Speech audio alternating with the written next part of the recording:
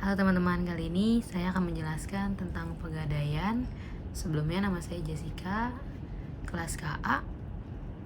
Di sini pertama saya akan menjelaskan apa sih itu pegadaian. Pegadaian merupakan lembaga pengkreditan dengan sistem gadai. Gadai adalah hak yang diperoleh seseorang yang berpiutang atas suatu barang bergerak yang diserahkan kepada oleh seseorang berutang atau oleh seseorang lain atas namanya dan yang memberikan kekuasaan kepada orang yang berpiutang itu untuk mengambil pelunasan dari barang tersebut secara didahulukan daripada orang yang berpiutang lainnya, dengan pengecualian biaya untuk melelang barang tersebut dan biaya yang telah dikeluarkan untuk menyelamatkannya setelah barang itu digadaikan. Next, itu ada Perum Pegadaian, satu-satunya lembaga formal pegadaian di Indonesia dengan moto mengatasi masalah tanpa masalah. Tujuan Perum Pegadaian itu yang pertama, turut melaksanakan dan menunjang pelaksanaan kebijaksanaan dan program pemerintah di bidang ekonomi dan membangun nasional pada umumnya melalui penyaluran uang pinjaman atas dasar hukum gadai. Yang kedua, pencegahan praktik ijon, pegadaian gelap, riba, dan pinjaman yang tidak wajar lainnya. Kegiatan usahanya itu yang pertama menyalurkan uang pinjaman kepada masyarakat, lalu ada menerima jasa taksiran nilai real barang, menerima jasa titipan, lalu bekerja sama dengan pihak ketiga dalam memanfaatkan aset perusahaan dalam bisnis properti. Yang terakhir itu ada kredit pegawai. Barang jaminannya itu berupa pertama bisa perhiasan, yang kedua barang elektronik seperti contohnya handphone, lalu yang ketiga ada kendaraan seperti mobil, motor, lalu ada barang rumah tangga yang pecah belah, lalu kelima ada mesin, 6 itu tekstil, lalu ketujuh ada barang lain yang dianggap bernilai.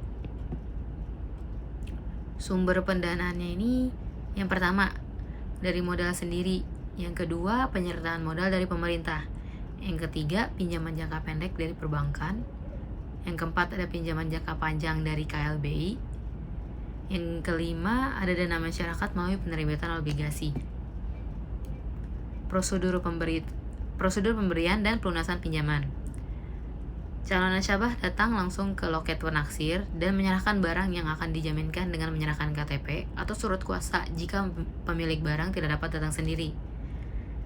Barang jaminan tersebut diteliti kualitasnya untuk ditaksir dan ditetapkan harganya. Uang pinjaman ditetapkan berdasarkan hasil dari taksiran barang tersebut.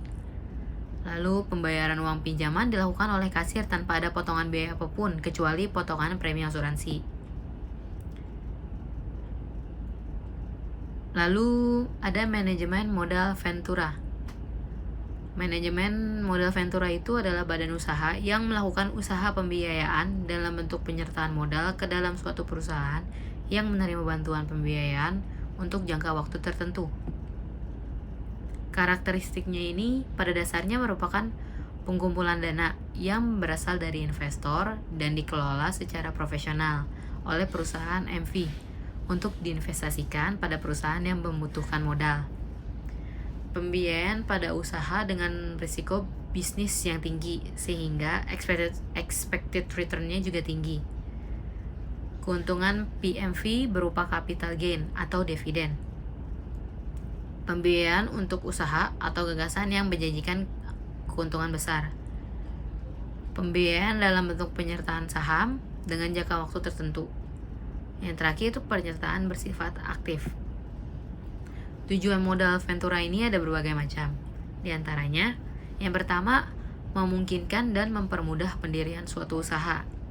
Yang kedua, membantu perusahaan yang mengalami kesulitan pengembangan usaha, terutama pada tahap awal. Membantu pada tahap pengembangan atau kemudahan suatu produk. Yang keempat, mewujudkan suatu gagasan. Kelima, memperlancar investasi dalam negeri dan luar negeri. Yang keenam, membantu pengembangan. Yang ketujuh, membantu pengembangan teknologi atau alih teknologi. Lalu, memperlancar pengalihan kepemilikan suatu perusahaan. Manfaat modal ventura dari sisi PPU. Kemungkinan keberhasilan usaha lebih tinggi, meningkatkan efisiensi pendistribusian produk, meningkatkan bankabilitas atau kepercayaan bank, meningkatkan kemampuan memperoleh keuntungan, meningkatkan likuiditas. Sumber dana modal ventura ini diantara lain investor atau perorangan, investor institusi, perusahaan asuransi dan dana pensiun, perbankan, yang terakhir ada lembaga keuangan internasional. Jenis pembiayaan modal ventura. Yang pertama, penyertaan modal langsung atau equity financing. Perusahaan modal ventura atau PMV langsung mengambil sebagian saham perusahaan pasangan usaha atau PPU dengan cara bersama-sama mendirikan perusahaan PMV dan PPU bersama-sama mendirikan PT baru. Yang kedua, pengambilan sejumlah portofolio saham PPU dengan syarat PPU berbentuk PT. Lalu, semi equity financing. PMV membeli obligasi konversi atau convertible bond yang diterbitkan PPU.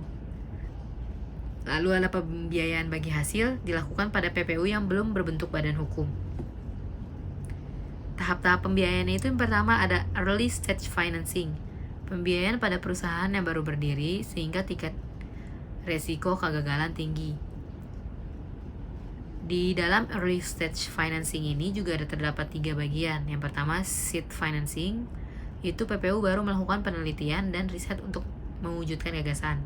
Lalu ada startup financing, pembiayaan pada PPU yang masih dalam tahap pengembangan produk. Lalu ada first round financing, pembiayaan pada PPU untuk mensukseskan peluncuran komersial prototype produk. Lalu ada expansion stage, yaitu terdiri dari third round financing, bridge financing, acquisition and management buyout financing, lalu ada terakhir turnaround situation. Divestasi modal ventura, yang pertama itu IPO, lalu menjual kembali kepada PPU atau buyback, menjual ke perusahaan lain, menjual kepada investor baru, melikuidasi perusahaan.